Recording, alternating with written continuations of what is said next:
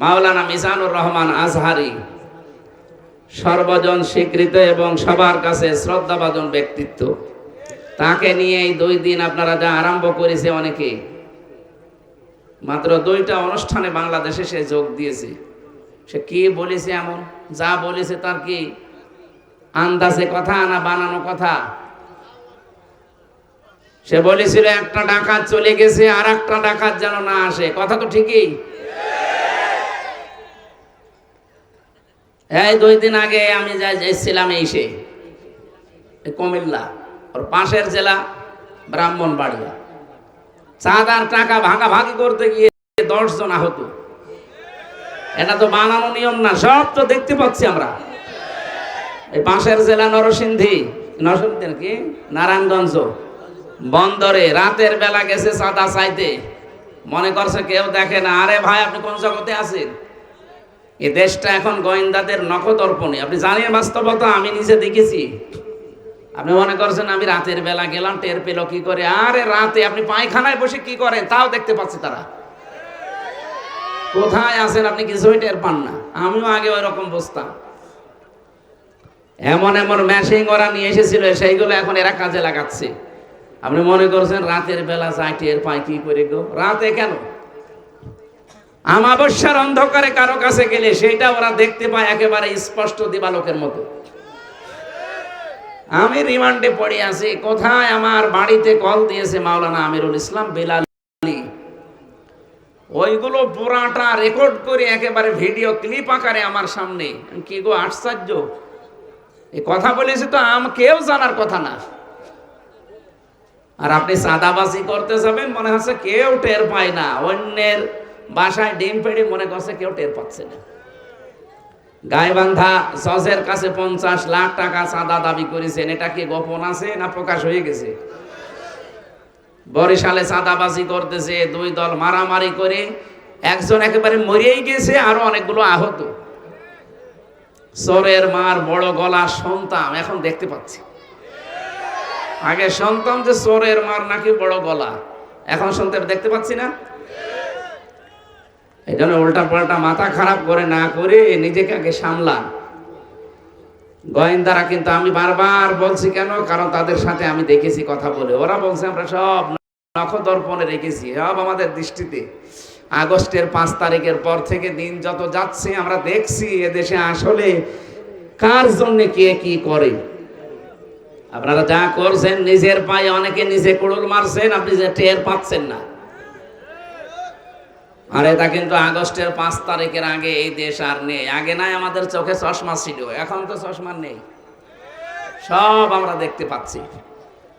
এই জন্য আমরা নিজেরা যদি অন্যায় করে, নিজেরা দোষ করে কারো উপরে চাপিয়ে মনে করে তাকে কালার করে দেব। আরে ভাই, একজন তো বসে আছে আরো, সে উনি কি আর ঘুমাচ্ছে? আসমাউ ওয়া আরা, আল্লাহ বলেন আমি সব দেখি সব শুনি। আমি শুধু শুধু দেখি না, সব শুনতেও পাচ্ছি কে কোথায় কোন ষড়যন্ত্রে হাত পেতেছে পা পেতেছে।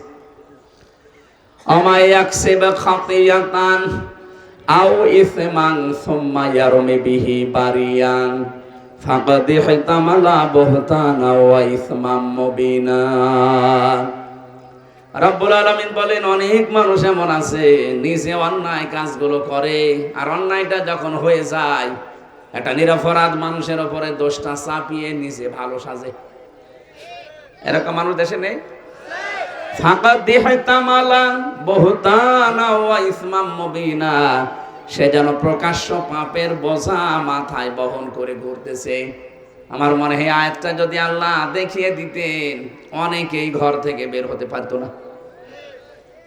যে যে অপরাধ করেছে তার মাথার উপরে পাপের বোঝা আল্লাহ তুলে দেবে, এটা কিয়ামতে। আর দুনিয়ায়ও কিছু আল্লাহ দেখাবে। এই আয়াতের বাস্তব ব্যাখ্যা আমি তাফসিরে ফি জিলালিল কোরআনের ভেতরে একটা ঘটনা পড়েছিলাম। নিজে অন্যায় করার পরে একজনের কাঁধের উপরে দোষটা চাপিয়েছে লোকটা। রব্বুল আলামিন ওই কাজ তাকে দুনিয়ার জীবদ্দশায় করিয়েছে, অপমান করেছে, তারপরে ওর মরণ হয়েছে। 15.5 বছর এইটাই চলছিল।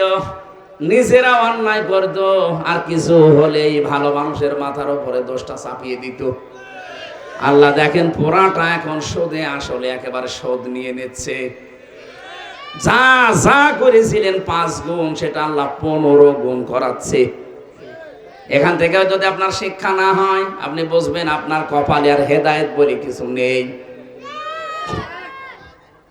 আমরা এখনই সাবধান হওয়ার চেষ্টা করছি। এ মাহফিল দিয়েছে এই কারণে আমরা যেন সতর্ক থাকি। আল্লাহ পাক আমাদেরকে যদি সতর্ক না করেন, বিশ্বনবী মুহাম্মদ রাসূলুল্লাহকে আল্লাহ সতর্ককারী হিসাবে পাঠিয়েছিলেন, বাশীরা ওয়া নাযীরা। একদিকে তিনি যেমন সুসংবাদ দিতেন আর একদিকে সতর্ক করতেন। কথা বলেন ঠিক কিনা? নবী যদি এখন থাকতেন আমাদের কাজকর্ম দেখে তিনি সতর্ক করতেন। তিনি যেহেতু নেই, নায়েবে রাসূলগুলো আছে, তাদেরও দায়িত্ব ওনার মতোই সতর্ক করা। একটা নিরপরাধ মানুষের ওপর আপনি দোষ চাপিয়ে তাকে আপনি দুনিয়া থেকে বিদায় করবেন, কালার করবেন, আল্লাহ বসে বসে দেখবে না, জীবনও তাকে আপনি খুশি করতে পারবেন না। সূরা ফাতিহার ভেতরে একটা আয়াত পড়েছি আমি, 18 নম্বর আয়াতটা। পুরা তাফসীর আয়াতের সাথে যতগুলো মিলিয়েছি আমার ব্রেনে একটা শিক্ষা এসেছে। এদিকে তাকান। নবীজি 1400 মানুষ নিয়ে, 1-2 জন না 1400 মানুষ নিয়ে মদিনা থেকে আসলেন মক্কায় হজ করার জন্য। সবার পরনে ইহরামের কাপড়। এদিকে তাকান, শিক্ষা নিয়ে বাড়ি যাওয়া লাগবে, কারণ সে সময় এখন চলছে। হুদায়বিয়া নামক যে জায়গাটা, এখানে এসে বাধাপ্রাপ্ত হলেন। কাফেরদের পক্ষ থেকে আওয়াজ দেওয়া হয়েছে, না এবার আপনাদেরকে আমরা হজ করতে দেব না। নবীজি হযরত ওসমানকে পাঠালেন তাদের সাথে সমঝোতা করার জন্য। ওরা ওসমানকে আটক করার পরে ঘোষণা দিয়ে দিল, কতিলা ওসমান ইবনে আফফান, হত্যা করা হয়েছে ওসমানকে। নবীজি এই কথাটা শোনার সঙ্গে সঙ্গে সাহাবী ছিল তার সাথে 1399 জন। কতজন? 1399 জন সাথী ছিল। তাতে বললেন সবাই ইহরামের কাপড় খুলে ফেলো। বাংলার মুসলমানেরা, নবী কি জানতেন না যে ইহরামের কাপড় খুলে ফেললে হজ নষ্ট হয়ে যাবে? জানতেন না? তিনি বললেন সব কাপড় খুলে সাধারণ কাপড় পরিধান করো। রোজা রেখেছে, বললেন রোজা ভঙ্গ করে ফেলো, পরবর্তীতে রোজা রেখে দেওয়া যাবে। 2টা ফরজ বিধান তিনি ছেড়ে দিলেন, হজ এবং রোজা। কথা বলেন না কেন? কি করার জন্য ছাড়লেন? আল্লাহর নবী ডাক দিয়ে বললেন, সাহাবীরা এসে গাছটা দেখা যায়, এটা বাবলা গাছ। আমি হাত রাখলাম, আমার হাতের ওপরে তোমরা 1399 জন হাত দাও। ওরা বিনা কারণে একটা নিরপরাধ মানুষ ওদের কাছে পাঠালাম, আর ওরা ওদেরকে ধরার পরে মেরে ফেলেছে। আমরা এই বিনা কারণে নিরপরাধ মানুষকে যারা হত্যা করে, এ ওসমান হত্যার বদলা না নিয়ে একজনও মদিনায় ফেরত যাব না। কি বুঝলেন এই ঘটনা শুনে? এতটুকু আল্লাহ শেষ করেননি। নবীজি বলেন, একটা পরে একটা যখন হাত দিচ্ছিলেন, হঠাৎ করে আমার কানের কাছে জিবরাইল এসে একটা আয়াত শোনালেন, লাকাদ রাদিয়াল্লাহু আনিল মুমিনিন।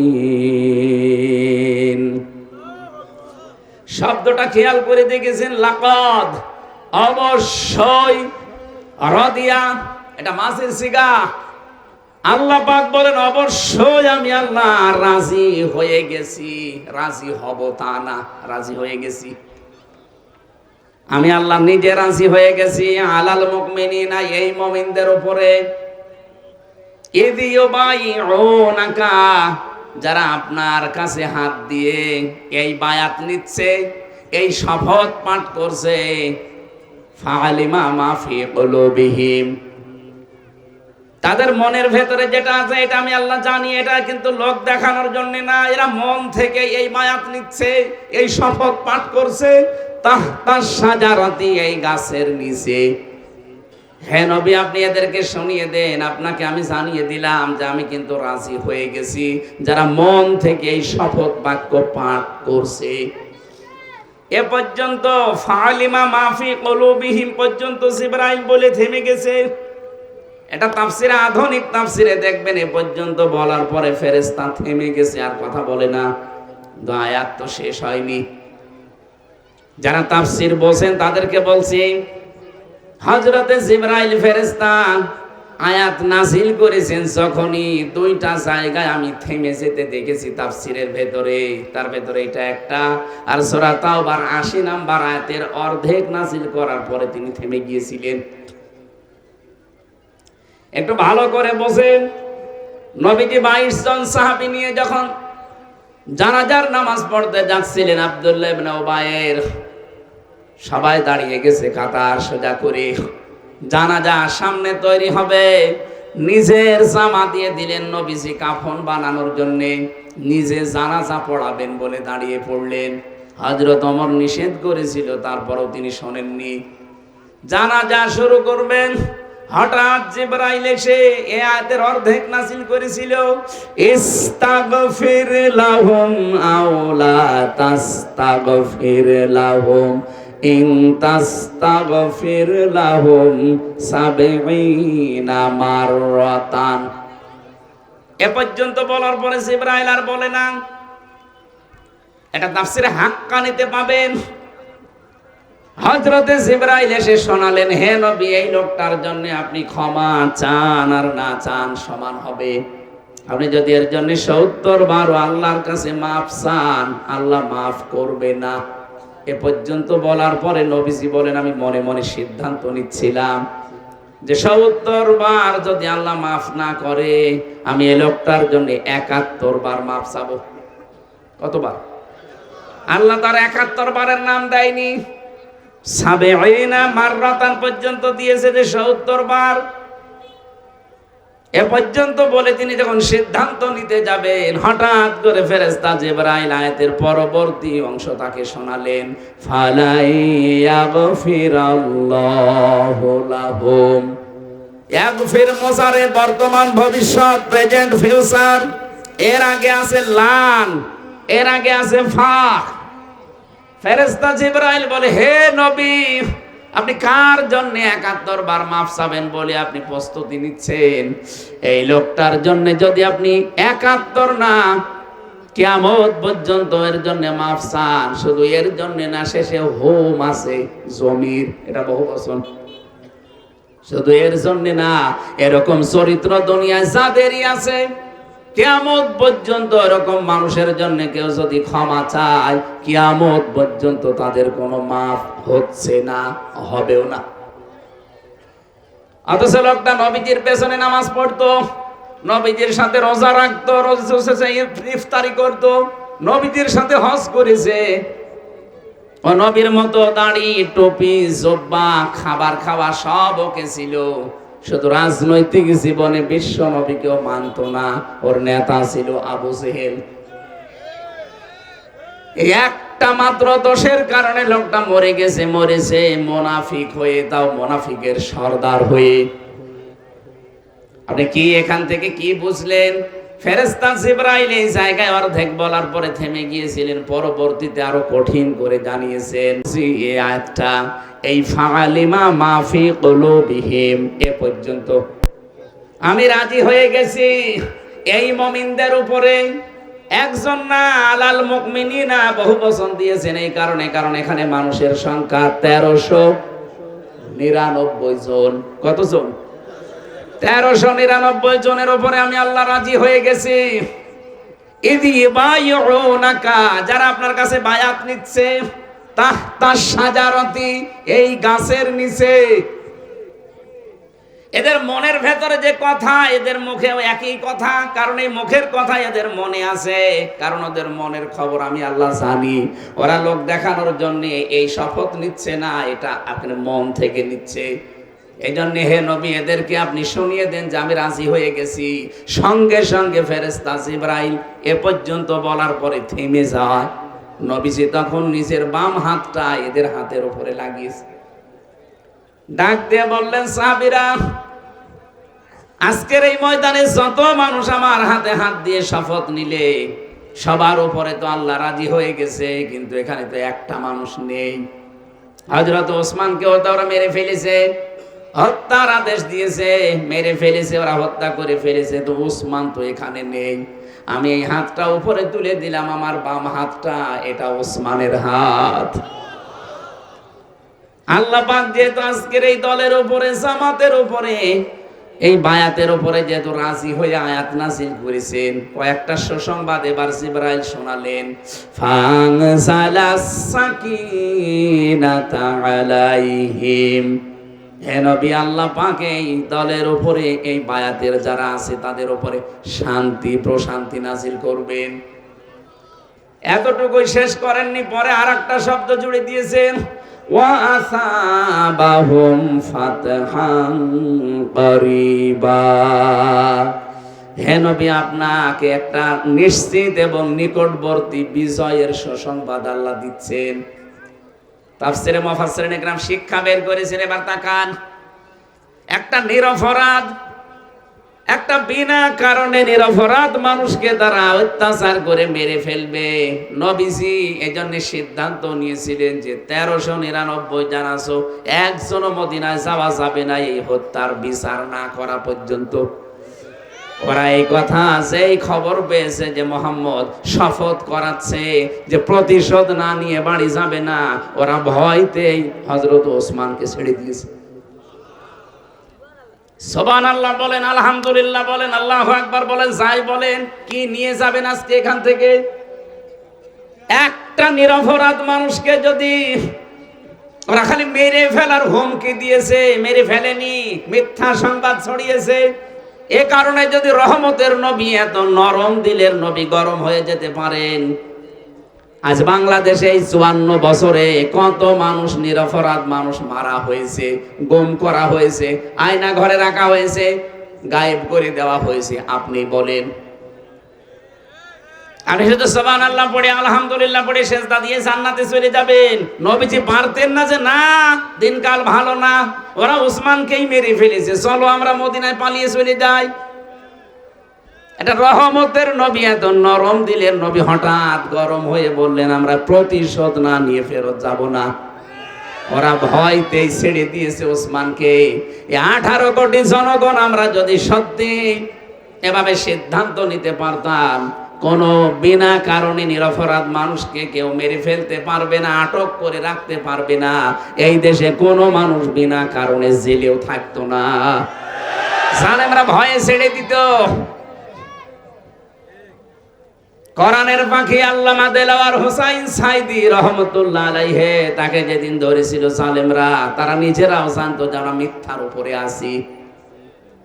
সারা জীবন যে লোকটা কোরআন প্রচার করলো, সারা পৃথিবীর কত দেশে 50টা বছর প্রচার করে বেড়ালো, আর তার নামে মামলা দিয়েছে ধর্মীয় অনুভূতিতে আঘাত দানকারী, শয়তান পর্যন্ত হাসে। যে লোকটা ধর্ম প্রচার করে বেড়ায়, তার নামে দিয়েছে ধর্ম অবমাননাকারী। আপনি নবীজির এই ঘটনার সাথে মিলান, আমার মনে হয় মিলে যাবে। নবীজি এসেছে আল্লাহর নবী হজ করার জন্য, আর ওরা বলছে না, আল্লাহর ঘর আমরা তাওয়াফ করতে দেব না। যিনি মালিক তারই কোনো খোঁজ নেই, ভাড়াটিয়া যারা তারাই মনে হচ্ছে মাতুব্বর। যারা আল্লাহকে বিশ্বাস করে না, মানে না, শুধু ব্যবসার কারণে কাবা ঘরকে দেখে রাখে এই কাফেররা। ওই সময় কাবা ঘরকে তারা রক্ষণাবেক্ষণ করতো, দেখে রাখতো, হাসিদেরকে পানি পান করাতো ব্যবসার কারণে। আবু জেহেলের লোকজন, কারণ এখান দিয়ে ব্যবসা করা যায়। আর যিনি মালিক এই কাবার, তার রাসূলকে তারা হজ করতে দেয় না। যারা ইসলামের ধারক বাহক, ইসলামের প্রচারক, তাদের নামে মামলা দেওয়া হয় এমন যারা ইসলাম ধ্বংস করতে চায়। বাস্তবতা যেই দাঁড়িয়েছে, এই দেশে যদি সত্যিই কোনো নিরপরাধ মানুষের উপর এরকম আন্দাজে কোনো দোষ চাপিয়ে দেন, আমরা যদি আল্লাহর সাকিনা চাই, আল্লাহ পাকের যদি নিকটবর্তী বিজয় দেখতে চাই, এখন আর দল মত দেখা যাবে না, ঐক্যবদ্ধ হওয়া লাগবে এই নিয়তে। ওরা একজন মানুষকে যদি বিনা অপরাধে একটা নিরপরাধ মানুষের বিরুদ্ধে থাকার কারণে মহান আল্লাহর নবী যদি ঐক্যবদ্ধ হয়ে 1399 জনকে শপথ করাতে পারে, 18 কোটি মানুষকে শপথ নেওয়া লাগবে, আমার কিন্তু মরা লাগবে। কথা বলে না কেন? নিরপরাধ কোন মানুষের ক্ষতি এই দেশে যদি হয়, আমার সব কিছু পেছনে আল্লাহ নষ্ট করে দিবে। সুতরাং এটা ঠিক রাখার জন্য ঐক্যবদ্ধ এই মুহূর্তে হন। এই দেশে আর কোন নিরপরাধ মানুষকে আমরা ক্ষতি করতে দেব না, সে যেই হোক। আমার আদর্শের সাথে তার মিল নেই, আমার দলের সাথে মিল নেই, আমার মতের সাথে মিল নেই, আন্দাজে এক দোষ তার উপরে চাপিয়ে দেব, অথচ নিজে আমি ওই দোষে দোষী। এক কথা বলে না কেন? আজ যদি সত্যি আমরা শক্ত হতে পারতাম নবীজির মতো, এটিএম আজহারুল ইসলামকে ওরা 17 বছর আটক করে রাখতে পারতো না, ভয়তে ছেড়ে দিত। আমরা তো ইসলামের কাছে নেই, আমরা আছি শুধু লা ইলাহা ইল্লাল্লাহ, কাউকে কিছু বলবো না, যে যা করছে করুক গা। আর নরসিংদীর মুসলমানেরা, আমার তো মনে হয় আমি এখান থেকে কি নিয়ে আসতে চেয়েছি আপনারা বুঝেছেন। আজকে থেকে সিদ্ধান্ত নিয়ে যাবেন, আমি সংখ্যায় কম তাতে কি, নিরপরাধ মানুষের ওপরে আমরা কোনো দোষ চাপাতে দেব না, সে যে দলের লোক হোক। আপনি নিজে অন্যায় করবেন আর একটা ভালো মানুষের উপরে দোষটা চাপিয়ে নিজে সাধু সাজবেন, সে দিন এখন আর নেই। এক কথা বলেন না কেন? তাহলে আল্লাহ দুইটা জিনিস আমাদের সামনে দিতে চান, ফানজালা সাকিনাতা আলাইহিম ওয়া আসাবাহুম ফাতাহান করিবা। আর এই দুইটা এখন সামনে আমরা দেখতে পাচ্ছি। আল্লাহ আমাদেরকে যেন এই আয়াতটা চর্ম চোখে দেখার সুযোগ করে দেন, বলেন আমিন। অন্যায়ের বিরুদ্ধে ঐক্যবদ্ধ হওয়া লাগবে। লোক কম বেশি ওইটা দেখা দেখি নেই, 5 জন থাকেন 7 জন থাকেন, ওইটাই যথেষ্ট। কথা বলে না কেন? ওরা মক্কায় লক্ষ লক্ষ মানুষ বাস করে, আর নবীজি মাত্র 1399 জনকে নিয়ে সিদ্ধান্ত নিয়েছিলেন, ভয়তে উসমানকে ছেড়ে দিয়েছে। আজ যারা বিভিন্ন অপকর্ম করছেন, উল্টাপাল্টা কাজ করছেন, আপনারাও ছেড়ে দিতে বাধ্য হবেন যদি আমরা এক হতে পারি। আল্লাহ আমাদেরকে আয়াতের শিক্ষাটা নেওয়ার তৌফিক সবাইকে দাও, বলেন আমিন। এখানে মানুষের সম্মান যেন নষ্ট না হয়, খেয়াল রাখা লাগবে। মানুষের সম্মান আল্লাহর আরশের মতো। নবীজি শুধুমাত্র মুসলমান না, মানুষ হিসাবে বিবেচিত যারা, তাদেরকে সম্মান দিয়েছেন। বুখারী শরীফের হাদিস, বিশ্ব নবী বলেন, মসজিদে নববীতে বসে আছি, হঠাৎ সামনে দিয়ে একটা লাশ যাচ্ছিল, ইহুদির লাশ। দাঁড়িয়ে গেলেন। সাহাবীরা বলে, হুজুর আপনি দাঁড়ান কেন? ওটা তো ইহুদির লাশ। নবীজি বলেন, ইহুদি তাতে কি হয়েছে? ওটা তো মানুষ। ওটা কি? বলেন বলেন। উনি তখন এই আয়াতটা শুনিয়ে দিলেন, ওয়ালাকাদ কাররামনা বানি আদম। আল্লাহ পাক এখানে শুধু মুসলমান, শুধু অন্যান্য কোন জাতির নাম এখানে দেননি, কোন মুমিনের নাম কোন মুসলমানের নাম আল্লাহ দেননি। যে মুসলমানরা সম্মান দিয়েছি, মুসলমানদেরকে, ইমানদারদেরকে সম্মান দিয়েছি না, বনি আদম সন্তান যারা, যে ধর্মই মানুক না কেন, ওর সম্মান আছে না নেই? আমরা মানুষকে সম্মান দেওয়া শিখবো ইনশাআল্লাহ। দরুদ আর সালাম পড়ছি নবী মুহাম্মদুর রাসূলুল্লাহ সাল্লাল্লাহু আলাইহি ওয়াসাল্লামের প্রতি, যার আদর্শ এই পৃথিবীর একমাত্র আদর্শ। আজ যারা বিশ্ব নবীকে বাদ দিয়ে অন্য কারো আদর্শ মেনে চলেন, আপনি লিখে নিতে পারেন আপনি জাহান্নামী। আল আদাবুল মুফরাদে আছে 6 নাম্বার হাদিসে 3 নাম্বার পয়েন্টে পাবেন। যারা বিশ্ব নবীকে বাদ দিয়ে অন্য কাউকে আদর্শ মানেন, আমার কাটছাট কথা ভাই, আপনি মরে যাবেন, কোনো হিসাব লাগবে না, কোনো বিচারও লাগবে না আপনার, মরে গেলেই আপনি জাহান্নামী। আমরা যত বলেন আমি নামাজ পড়ি, রোজা রাখি, আমার বউ পর্দায় থাকে, কিসের বউ পর্দায় থাকে? হযরতে লূত আলাইহিস সালামের জামানায় লূত নবীর স্ত্রী শুধুমাত্র আল্লাহর বিরুদ্ধে একটা কাজ হতো, ওই জামানায় পুরুষে পুরুষে বিয়ে করত, মহিলাতে মহিলাতে বিয়ে করত। এই একটা গনায় সাফড় দেওয়ার কারণে নবীর স্ত্রীকে আল্লাহ ছাড়েননি। কি আমি বানিয়ে বললাম? সূরা আরাফের 83 নাম্বার আয়াতে আছে, ফানজাইনাহু ওয়া আহলাহু ইল্লা মারাতাহু কানাত মিনাল গাবিরিন। ভালো করে শুনেন, এটা তাফসীরে ইবনে কাসিরে আছে। আল্লাহ পাক বলেন, 2 জন ফেরেশতা পাঠালাম আসরের সময়। ফেরেশতারা এসে বলে, লোক নবী আপনার আহাল পরিবার যারা আছে, আপনার উম্মতদেরকে নিয়ে এখান থেকে চলে যান, মাগরিবের সময় আল্লাহর গজব এখানে নাযিল হবে। কিন্তু সাবধান, আপনার স্ত্রীকে আপনি নেবেন না। প্রশ্ন আসতে পারে, লূত নবীর স্ত্রীর চরিত্র খারাপ ছিল? এই দুইজন বললেন। আরে ভাই, নবীদের চরিত্রের স্ত্রী খারাপ না, স্ত্রীর চরিত্র কোন নবীর স্ত্রীর চরিত্র খারাপ না। কারণ কোন হারাম রক্তের ভেতরে আল্লাহ নবীদের রক্ত পৌঁছান নাই। তিনি চরিত্রহীনাও ছিলেন না, তারপরও আল্লাহ তাকে জাহান্নামে দিলেন একটাই মাত্র কারণ, তলে তলে সেই মহিলাটা চরিত্রহীন লোকদেরকে সাপোর্ট করত। বলেন তো, একজন নবীর স্ত্রী, তাও জলিলুল কদর নবী হযরত লূত আলাইহিস সালাম, নিজে খারাপ না, নিজে ভালো মানুষ, তার চরিত্র ভালো, কিন্তু একজন চরিত্রহীন যারা তাদেরকে সাপোর্ট করত, তাও তলে তলে প্রকাশ্যে না। এই কারণে যদি নবীর স্ত্রী হওয়ার কারণে আল্লাহ তাকে ধ্বংস করে জাহান্নামে পাঠিয়ে দেয়। এ বাংলাদেশে যারা আজনি যারা মনে করেন আমি ভালো মানুষ, আমার ব্যবসা হালাল, আমি নামাজ পড়ি, রোজা রাখি, আমার বউ পর্দায় থাকে, সব মানলাম, কিন্তু আপনি এমন লোককে সাপোর্ট করেন যে লোকটার চরিত্র ভালো না, যার চুরি করার অভ্যাস আছে, যার ডাকাতি করার অভ্যাস আছে, যার মদ খাওয়ার অভ্যাস আছে, যার চাঁদাবাজি করার অভ্যাস আছে, আপনি এরকম মানুষকে সাপোর্ট করবেন তলে তলে, আর মনে করবেন আমরা নামাজ পড়ি। তাহলে আপনাকে যদি জান্নাত দেওয়া লাগে, লূত নবীর স্ত্রীকেও দেওয়া লাগবে? বলেন। আমি আপনাকে বাঁচাতে চাচ্ছি, আমি দেখতে পাচ্ছি আপনি জাহান্নামে যাচ্ছেন। সূরা হুদ 12 নম্বর পারা 12 নম্বর পৃষ্ঠার 1 নম্বর লাইনের 98 নম্বর আয়াত। যত তাফসীর আছে বাংলাদেশে 42টার উপরে আমি মিলিয়েছি, সব মুফাসসির এই আয়াতের ব্যাখ্যায় একমত। আমি সামারাইজ করে শুধু বাংলাটা বলছি।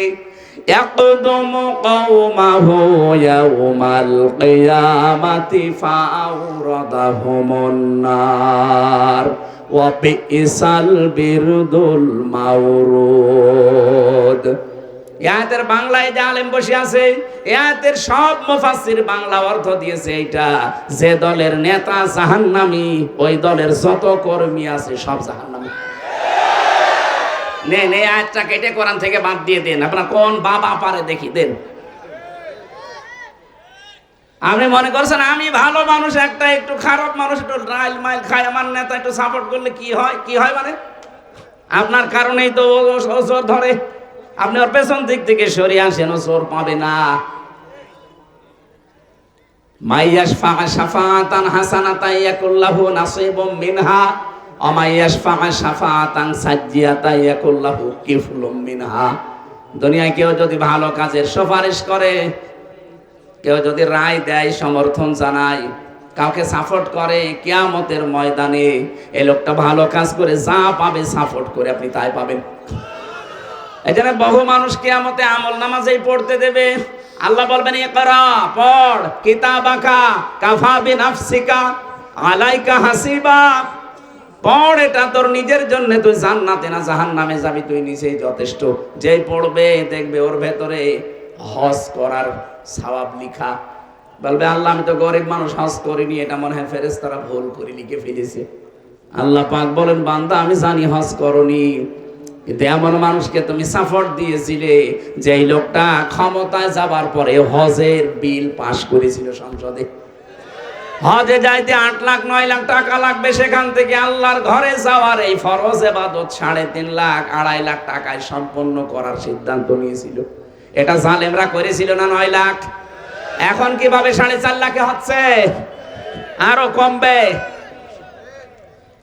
সংসদে যদি সত্যি সিন্ডিকেট না থাকে, এখানে যারা যাবে মানুষগুলো যদি কোরআনপন্থী হয়, একটা ফরজ বিধান যেহেতু নামাজের বিল আনবে, যাকাতের বিল আনবে, এরপরে এই বিল আনবে যে আমরা হজ এই দেশের মুসলমানদের জন্য সহজ করে দিতে চাই। আপনি হজ করেননি, তাতে কি হয়েছে? শুধু সাপোর্ট দেওয়ার কারণে যত মানুষ হজ করবে তার সওয়াব আপনিও পাবেন। কত মানুষ দেখবে আমল নামা পড়তে পড়তে জেনার গুনাহ লেখা, বলবে রব্বুল আলামিন আমি তো জেনা করিনি, এটা তোমার ফেরেশতারা মনে হয় ভুল করে লিখেছে। আল্লাহ বলেন আমি জানি তুই জেনা করিসনি। এমন মানুষকে সাপোর্ট দিয়েছিলে যে লোকটা ক্ষমতা পেয়ে জেনা সহজ করে দিয়েছিল। বই মেলার নাম দিয়েছে, শিশু মেলার নাম দিয়েছে, শিশু পাওয়া যায় না, শুধু শিশুর খালারা আর মামারা। শিশু মেলায় শিশু পাবেন, খালি শেষের খালারা আর মামারা।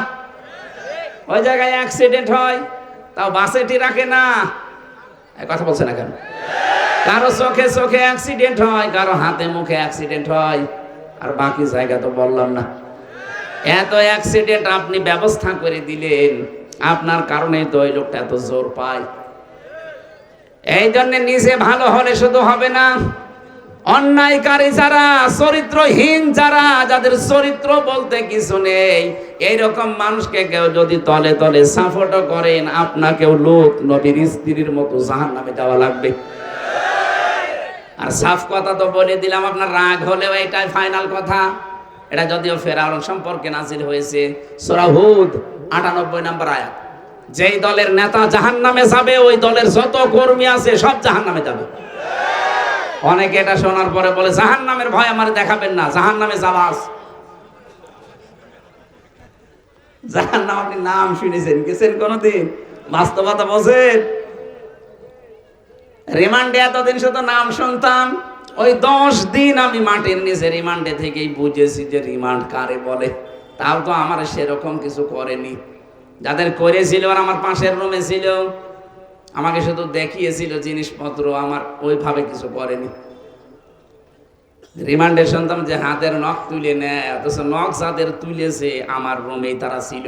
ওদের নখ বলতে কিচ্ছু নেই, সব তুলে ফেলেছে, পায়ের হাতের। আমারে মাঝে মাঝে নিয়ে আসতো রাতের বেলা, বলতো যে এইগুলো দিয়ে আমরা নখ তুলি। দেখেই আমার ভয় লেগে যেত, তাহলে তুলতো সারে কেমন লাগতো বলেন তো। মাটির নিচের আওয়াজ তো উপরে আসে না, এই জন্য চিৎকার শোনা যেত ভেতরে।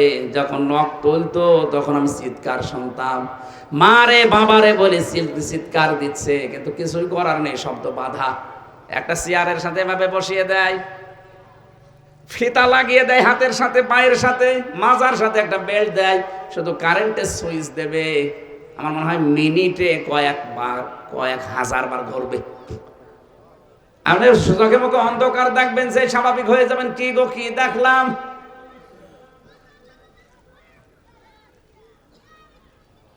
ডিম নিয়ে এসে সামনে রেখে দেয়, বলেন এই যে, মনে হয় যে ডিম খাওয়াবে না, অন্য জায়গায় দেবে। এই দৃশ্যগুলো দেখার পরও আমি বলেছি না, এই মিথ্যা কথা আমি বলতে পারবো না। আমার 11টা না 12টা পয়েন্ট লিখে দিয়েছিল যে এইটা ম্যাজিস্ট্রেটের কাছে যে বলবেন, তাহলে আপনারা কালকে ছেড়ে দেব। যে কি কি আছে পড়ে দেখলাম, সব আকিস গ্রুপের বিরুদ্ধে। আমি আকিসে চাকরি করতাম, ওদের খতিব ছিলাম। ওদেরকে একটা বিপদে ফেলবে, এই কারণে ওদেরকে বিপদে ফেলবে মানে টাকা নেবে।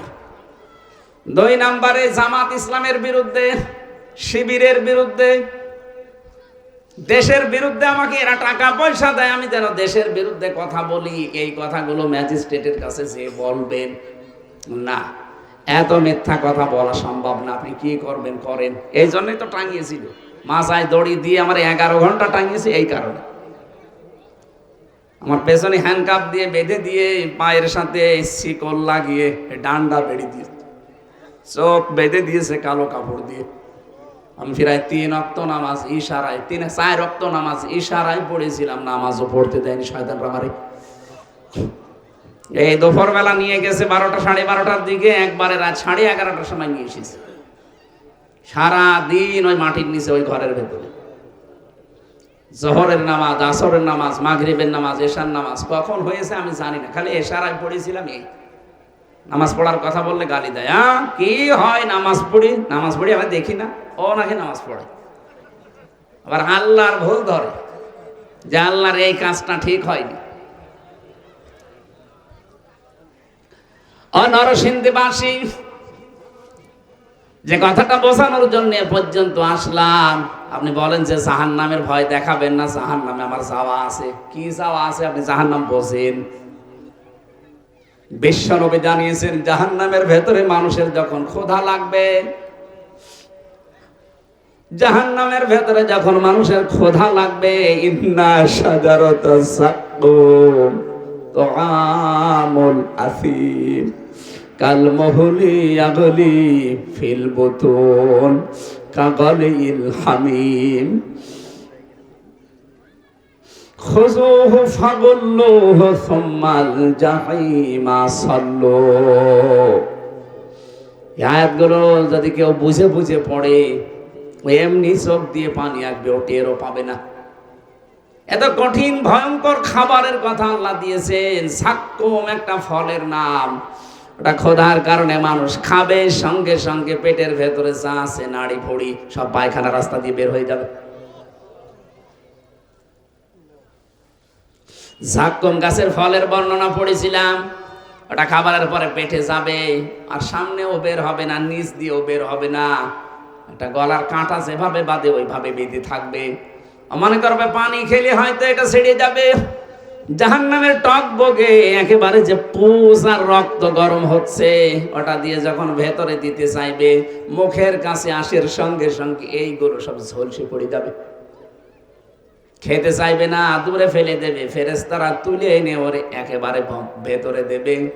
পেটের ভেতরে যাবে ঠিক, ওই ঝাক্কুম গাছের কাঁটাও সরবে ঠিক, কিন্তু দেখবে পেটে আর কিছু নেই, নাড়ি ভুড়ি সব এক জায়গায় হয়ে পেছন দরজা দিয়ে বের হয়ে গেছে।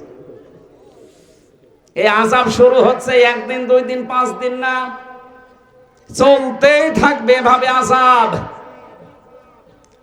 আমি আপনাকে বাঁচাতে চাচ্ছি ভাই। আপনি কোন দলে আছেন, কোন মতে আছেন আমি জানি না।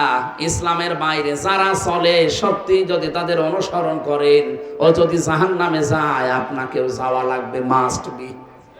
যদি আপনাকে আল্লাহ না দেয়, তাহলে আয়াত মিথ্যা হয়ে যাবে। কি কথা বলে না কেন? আপনার জন্য আল্লাহ কোরআনে আয়াত মিথ্যা করে দেবে। আশা করছে আপনি আয়াতগুলো বাড়িয়ে তাফসীর সহকারে পড়েন, যদি হেদায়েত থাকে পরিবর্তন হয়ে যাবেন। আর যদি আপনার কপাল আবু জেহেলের মতো হয়, আমি নবীর উত্তরাধিকারী আমির হামজা না, নবী এসে ওয়াজ করলো, আপনার কিছুই হবে না। এই কোরআন আল্লাহর নবী আবু জেহেলের সামনে পড়েছিলেন, আবু বকরের সামনেও পড়েছিলেন।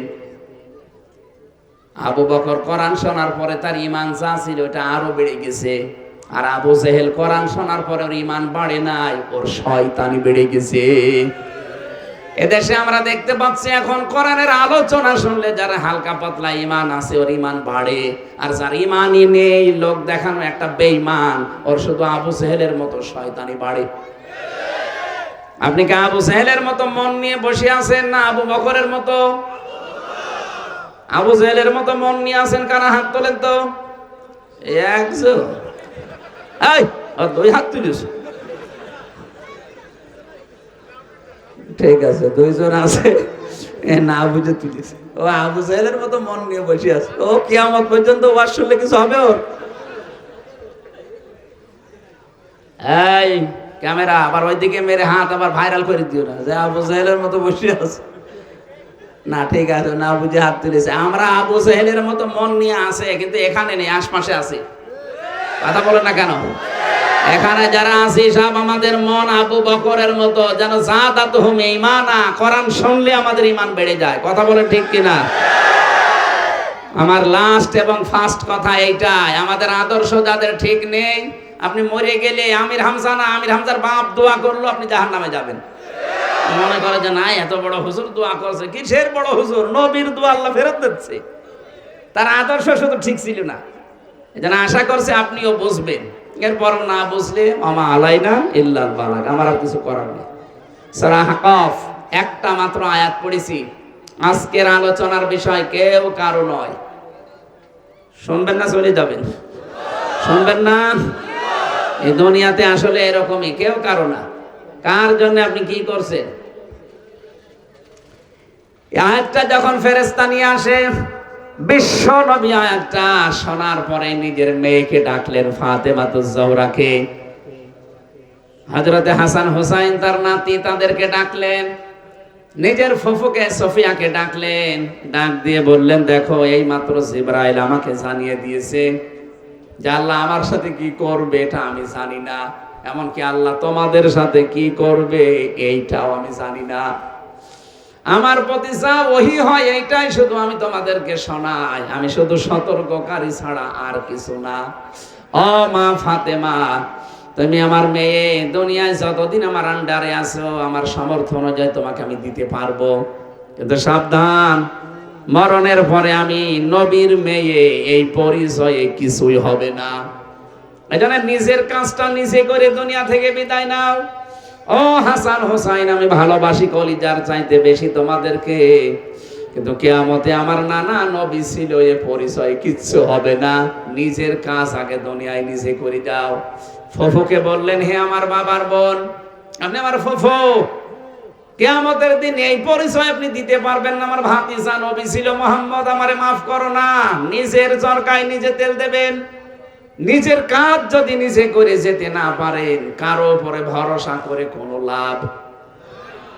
নবী যদি নিজের মেয়েকে, নাতিকে, ফুফুকে কথা বলতে পারে, আজ বাংলাদেশে কত ভণ্ড নামে পীর আছে, তারা আমাদেরকে অভয় বাণী দিয়ে রেখেছে, কোনো চিন্তা নেই, বাবা আছে।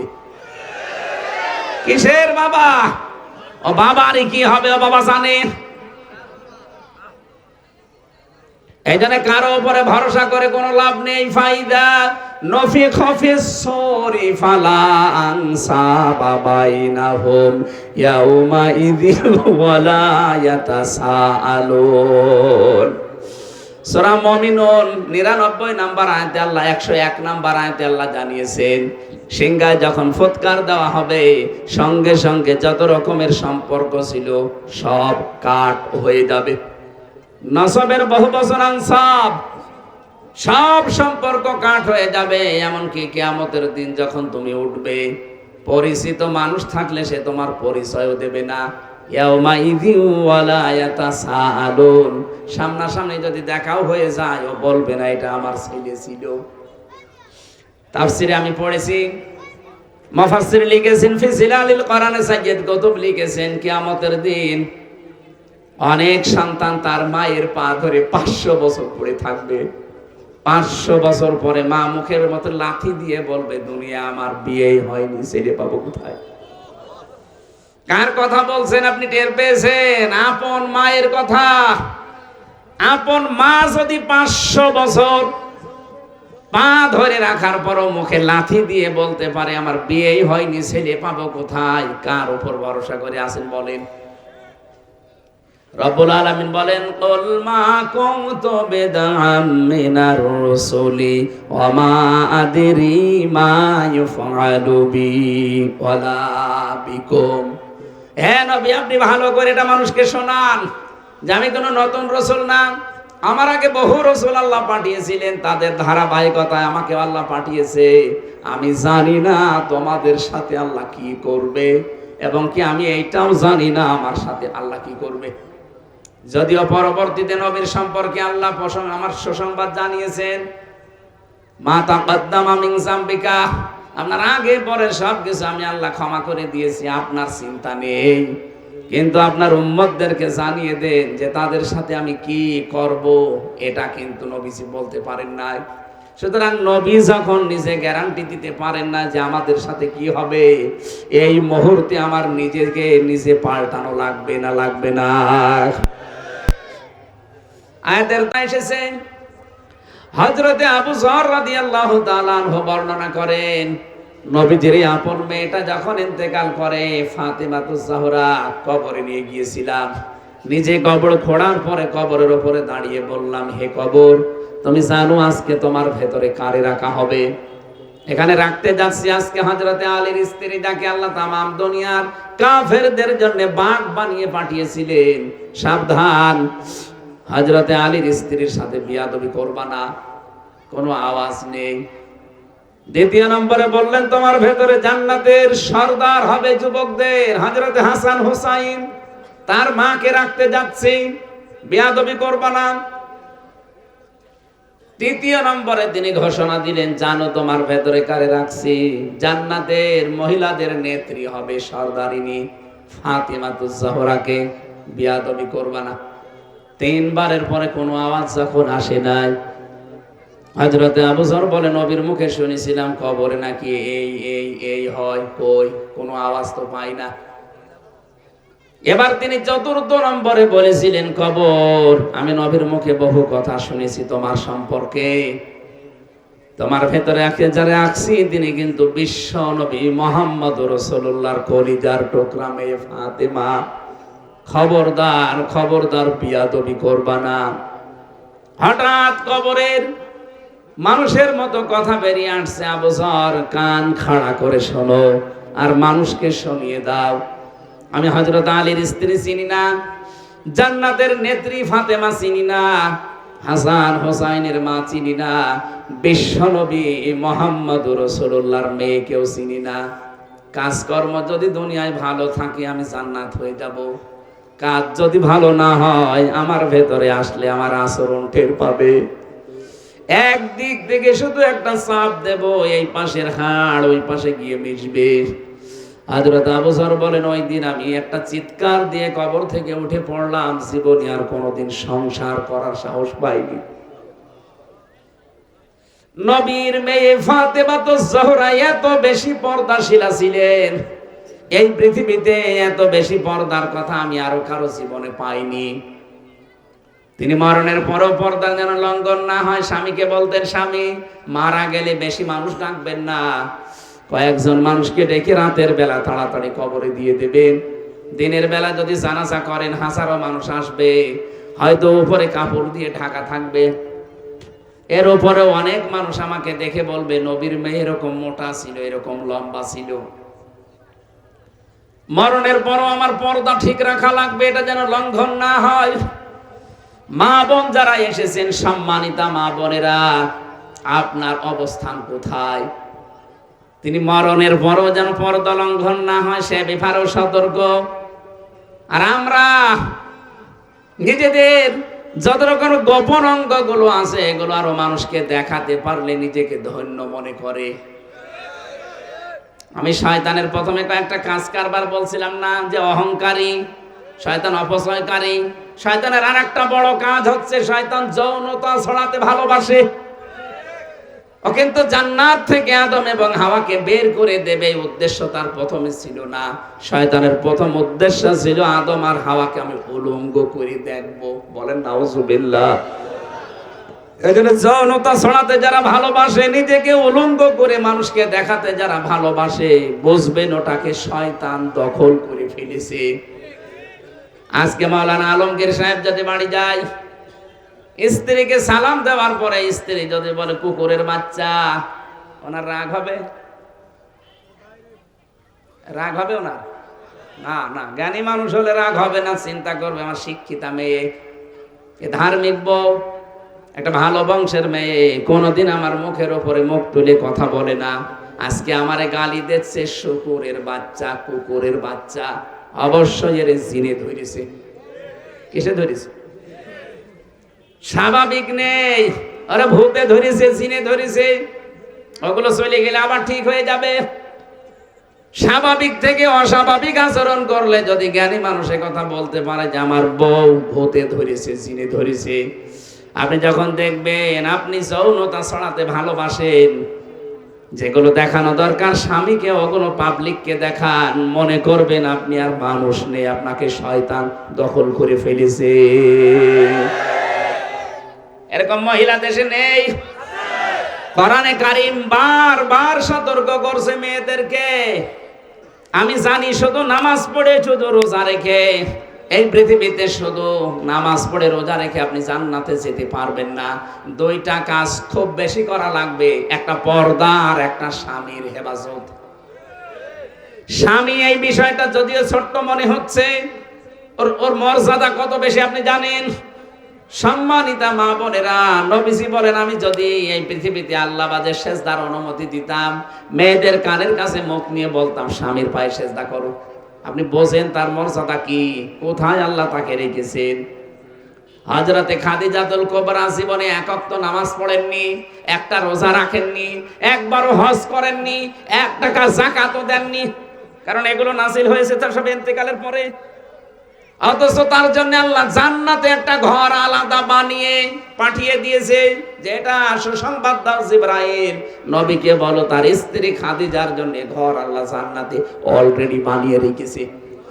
কেন তার জন্য ঘর বানিয়েছে? একটাই মাত্র কারণ ছিল, দুনিয়াতে তিনি স্বামীর খেদমত করে খুশি করে ফেলেছিলেন। এই জন্য নবীজি খাদিজা ইন্তেকালের পরও ভুলতে পারেননি। মাঝে মাঝেই বলতেন আল্লাহ কিয়ামতে যখন সবাই সবাইকে ভুলে যাবে, আমি যেন কঠিন ময়দানে আমার খাদিজাকে ভুলে না যায়। কি করেছিলেন যে কিয়ামতের কঠিন ময়দানেও আপনাকে ভুলতে চাই না, আর আপনি বেঁচে থাকতেও বেচারা আর একটা বিয়ে করতে চাই। মেয়েদের যে সমস্ত কাজ কারবার গুলো আছে অধিকাংশ মেয়েরা ওগুলো পালন করে না, এই জন্য বাংলাদেশে পরকীয়া প্রেম বাড়তে আছে। এক নম্বরে ইদা নাসারা ইলাইহা সাররাতুহু, স্বামী যখন বাইরে থেকে আসবে যত গুরুত্বপূর্ণ কাজ থাক সব বাদ দিয়ে স্বামীকে খুশি করা লাগবে। হয় কথাবার্তা দিয়ে, আচার আচরণ দিয়ে, দরকার হয় কাতুকুতু দেবেন। কি কাতুকুতু দেওয়া যায় ভাই? অসুবিধা কি? এটা আপনার আসল কাজ। এইটা অনেক স্বামী আপনার কাছ থেকে পায় না, এই জন্য অনেক মানুষ দেখা যাচ্ছে লাইন করে। ওই দেখেন চিল্লাচ্ছে, ও লাইনে আছে, আপনি করবেন, আপনার জন্য গোনা নেই। কারণ আপনার স্ত্রী তো আপনাকে রেসপন্স করে না, কি করবেন আপনি? সম্মানিত মা বোনেরা, আমি জানি আপনার ভয় পাচ্ছে এখানে, এই জন্য অনেকে চিল্লাচ্ছে না, একজন শুধু চিল্লিয়েছে। আপনি মনে করছেন এ আর কি, এতটুকু আর কি হয় না, এমনি নবীজি এটা বলেন না, পুরুষের মনকে আল্লাহ এভাবে বানিয়েছে, নিজের আসলটার কাছ থেকে যখন পায় না তখন নকলটার দিকে ছোটে। এক কথা বলেন না কেন? দুই নম্বরে ওয়াইদা গাবা আনহা হাফিজাতুহু, স্বামী যখন বাইরে যাবে নিজেকে আপনি হেফাজতে রাখবেন, কন্ট্রোল করবেন, নিজের স্বামীর সম্পদ, স্বামীর সন্তানকে দেখে শুনে রাখবেন। কত মহিলা স্বামী বাইরে গেলেও দিন পায়, কথা বলে না, গল্প করছে মোবাইলে অন্যের সাথে না, মোবাইলে যদি কারো সাথে কথাও বলেন কোন আওয়াজে বলবেন সেইটা পর্যন্ত কোরআন নির্ধারণ করে দিয়েছে।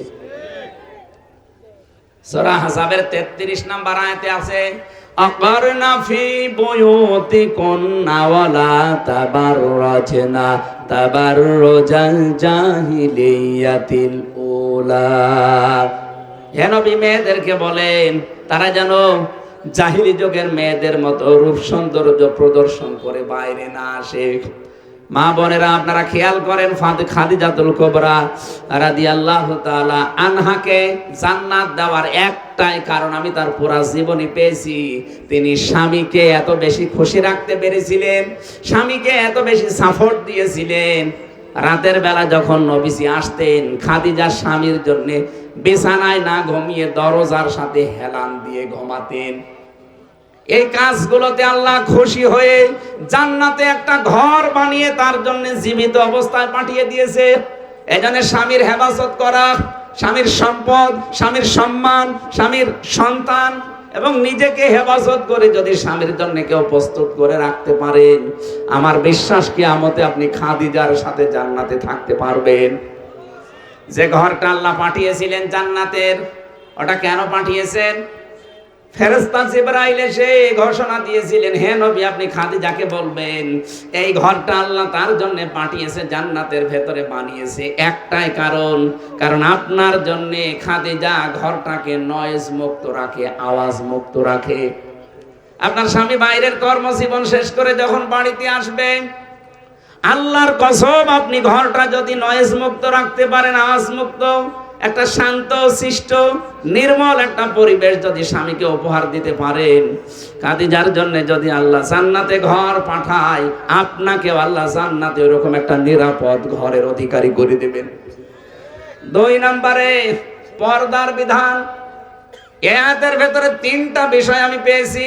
তাবাররুজের, মেয়েরা রাস্তাঘাটে আসলে তখন ওদের সাজগোজা বাড়িয়ে দেয়, পোশাক হয়ে যায় আটসাট ছোটখাটো, এই জন্য মেয়েদের চোস পায়জামা পরা জায়েজ নেই। কথা বুঝতেছেন? অনেক মেয়ে দেখি 22 বছর 20 বছর বয়স, অথচ বাবার সামনে হাফ প্যান্ট পরে বসে বসে টিভি দেখতেছে। সেদিন কোন জায়গায় যেন গিয়েছিলাম, মৌলভীবাজার না কোথায়, যে বাড়িতে নিয়ে গেল আধুনিক পরিবার,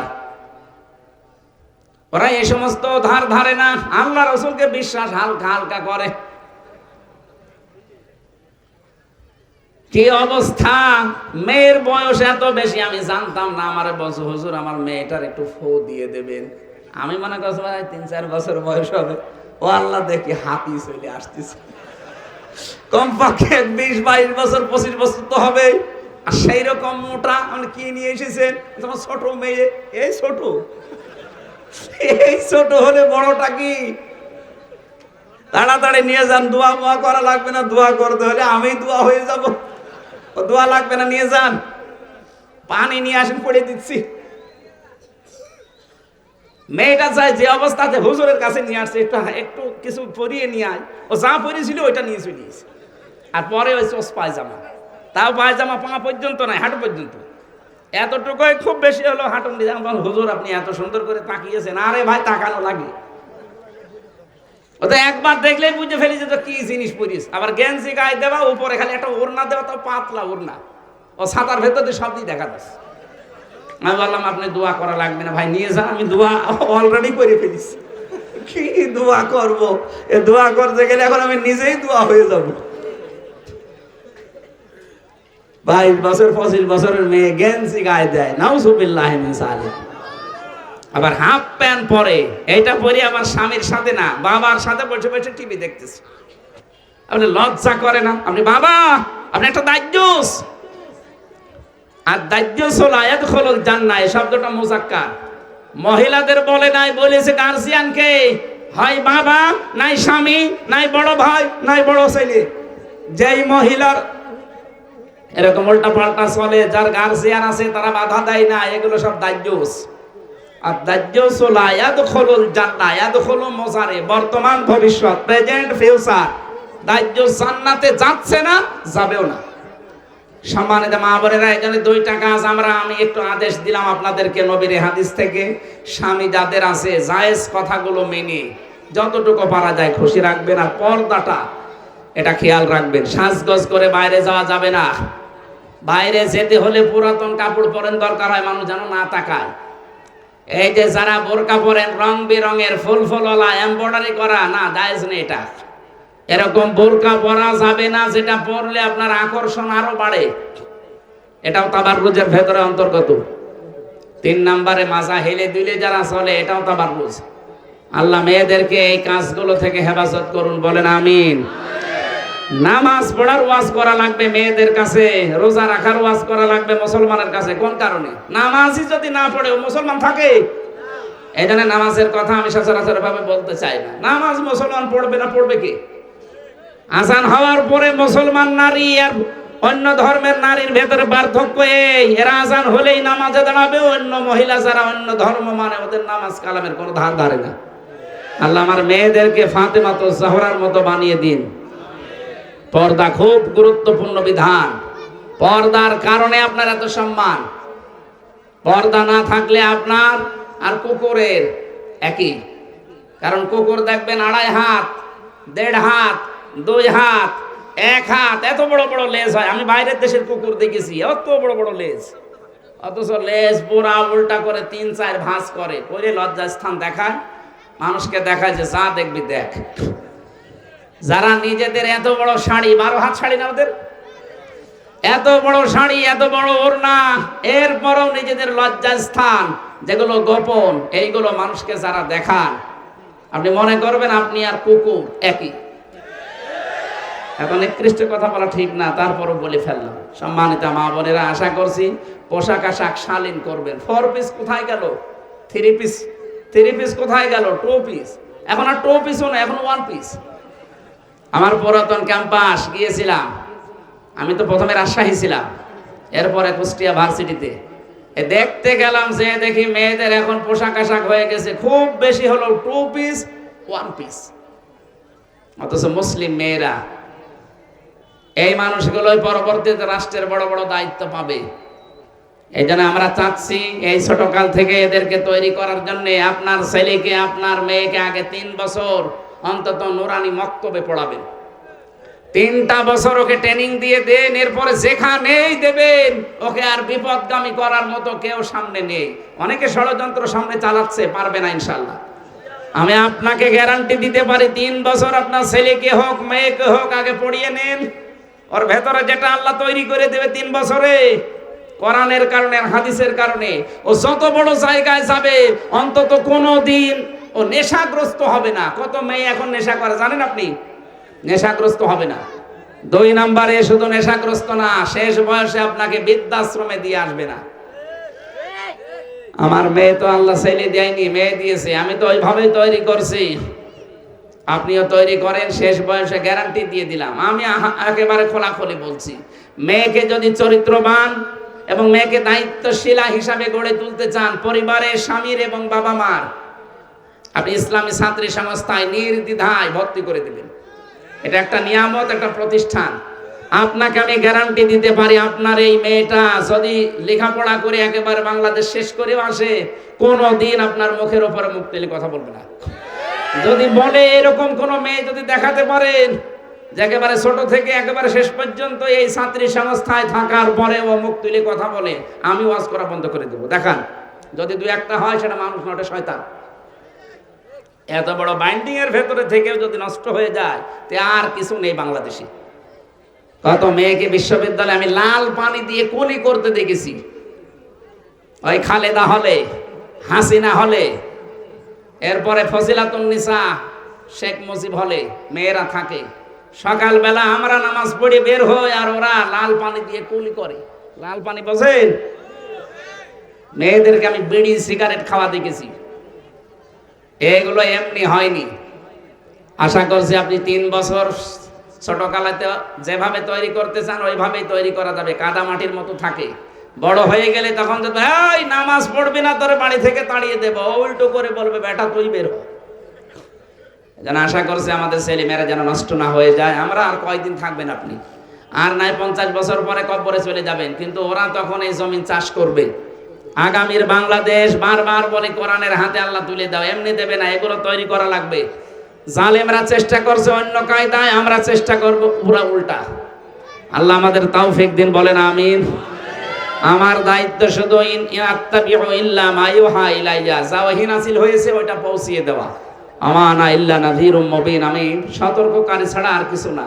এজন্য যতটুকু সতর্ক করেছি আমি নিজেও যেন সতর্ক হতে পারি। জেলখানায় বসে বসে আমারে তো লিখতে দিত না। কারারক্ষীদের কাছে ওই চিকন পাইপের মতো যে কলম আছে না, শীষ, ওইটা ওদের কাছে টাকা পয়সার প্রমাণ দিয়ে টাকা পয়সা দেওয়ার কথা বলে নিয়ে আসতাম। নিয়ে আমি 8টা বই লিখেছিলাম, বাইরে 6টা, ভেতরে 2টা। একটা মেয়েদের জন্য আছে আদর্শ নারী, 6 জন মানুষের জীবনে দিয়েছি, এখানে অথেন্টিক ভাবে দেওয়া আছে, এটা নিয়ে মেয়েদেরকে পড়াই। আর একটা আছে দাম্পত্য জীবনের কলহ এবং তার সমাধান, পুরুষ এবং মহিলার 2টাই। আর কোন কাজ করলে আপনি কোন জান্নাত পাবেন, কোন কাজ করলে কোন জাহান্নামে যাবেন, এই বইটা খুব গুরুত্বপূর্ণ ভাই। এটা আমার মনে হয় সবারই পড়া দরকার। আর মেয়েদের জন্য এটা নিয়েছেন, যাদের সময় থাকে ওই গাড়ি থেকে নিয়ে যেয়ে ওদেরকে পড়াবেন। আমার 11:30 বেজে যাচ্ছে, আমি আজকের মতো আর পারছি না। আমিন। বারাকাল্লাহু লানা ওয়া লাকুম ফিল কোরআনিল আযীম। এই স্টেজে আছে, মোনাজাতের পরে স্টেজ থেকে নিয়ে যাবেন। আল্লাহুম্মা আমিন। লা ইলাহা ইল্লা আনতা সুবহানাক ইন্নী কুনতু মিনাজ জালিমিন। রব্বুল আলামিন, রাত 11:30 বাজতেছে, গভীর রজনী পর্যন্ত আমরা কথা বলেছি। যতটুকু বললাম আমাদেরকে মেহেরবানি করে আমল করার তৌফিক দাও। এই আয়াত থেকে এইটাই বুঝেছি, কেউ কারো না, নিজের কাজ নিজেকেই করা লাগবে। ওয়ালা তাসিরু ওয়াজিরাতুম বিজরা উখরা, কেউ কারো বোঝা বহন করবে না। আল্লাহ তাআলা আমাদের সম্পর্কে কোনো গ্যারান্টি নেই, নবীজি নিজের আত্মীয় স্বজন সম্পর্কে কোনো গ্যারান্টি পাননি। সুতরাং আমরা যেখানে আছি আমাদের আখিরাত তৈরি করার তৌফিক দাও। সওয়াবগুলো তুমি নবীজির রওজায় আজকে পৌঁছিয়ে দাও। 3 দিন ব্যাপী ঐতিহাসিক অনুষ্ঠানে যারা শ্রম দিয়েছে, যারা টাকা দিয়েছে, যে যেভাবে এগিয়ে এসেছে, আল্লাহ তাদেরকে তুমি ওইভাবে রহমত এগিয়ে দাও। অনেকে হয়তো এখনো না বুঝে ইসলামের বিরোধিতা করে। আল্লাহ তাআলা এই পৃথিবীতে আলেমরা কারো শত্রু না। তুমি তো জানো আমরা মন থেকে চেষ্টা করি মানুষগুলো যেন জাহান্নামে হয়ে না যায়। যারা ভুল বোঝে, শয়তানের ধোঁকায় পড়ে আলেমদের বিরোধিতা করে, ইসলামের বিরোধিতা করে, এদের হেদায়েত থাকলে দান করো, হেদায়েত না থাকলে এদেরকে তুমি এই ক্যান্সার গুলো থেকে আমাদের বাংলাদেশ মুক্ত করো। সম্মানিত মা বোনদেরকে তুমি খাদিজার মতো, ফাতিমার মতো বানিয়ে দাও। অনেক পরিবারে অশান্তি আছে, আল্লাহ তুমি শান্তির ফায়সালা করো। রব্বুল আলামিন, মাহফিলের বিশেষ মেহমান মাওলানা আবু সাইদ ভাইকে তুমি কবুল করে নাও। আমার ডান পাশে মাওলানা আলমগীর হোসেন ভাইকে মঞ্জুর করো। যত আলেম এখানে বসে আছে, প্রধান অতিথি বিশেষ অতিথি সহ আমাদের মনে যার যে কামনা বাসনা আছে জায়েজ আশাগুলো পূরণ করে দাও। যে ভাইয়ের মাধ্যমে এসেছি মনিরুল ইসলাম ভাই, আল্লাহ তাআলা তোমার এই বান্দার বাড়িতে ছিলাম, এই বাড়িটাকে কবুল করে নাও। তোমার বান্দার জীবনকে তুমি ইসলামের জন্য মঞ্জুর করো। এ মাহফিলে যত সদস্য আছে আল্লাহ, যেই মা তাদেরকে পেটে নিয়েছে মায়ের পেট খাদিজার মতো বানিয়ে দাও। আগামীর এই দেশটা তুমি কোরআনের হাতে তুলে দাও। কখন কার কাছে মরণ আসে আমরা কেউ জানি না, মরণ আসলেই যেন পড়তে পারি লা ইলাহা ইল্লাল্লাহু মুহাম্মাদুর রাসূলুল্লাহ।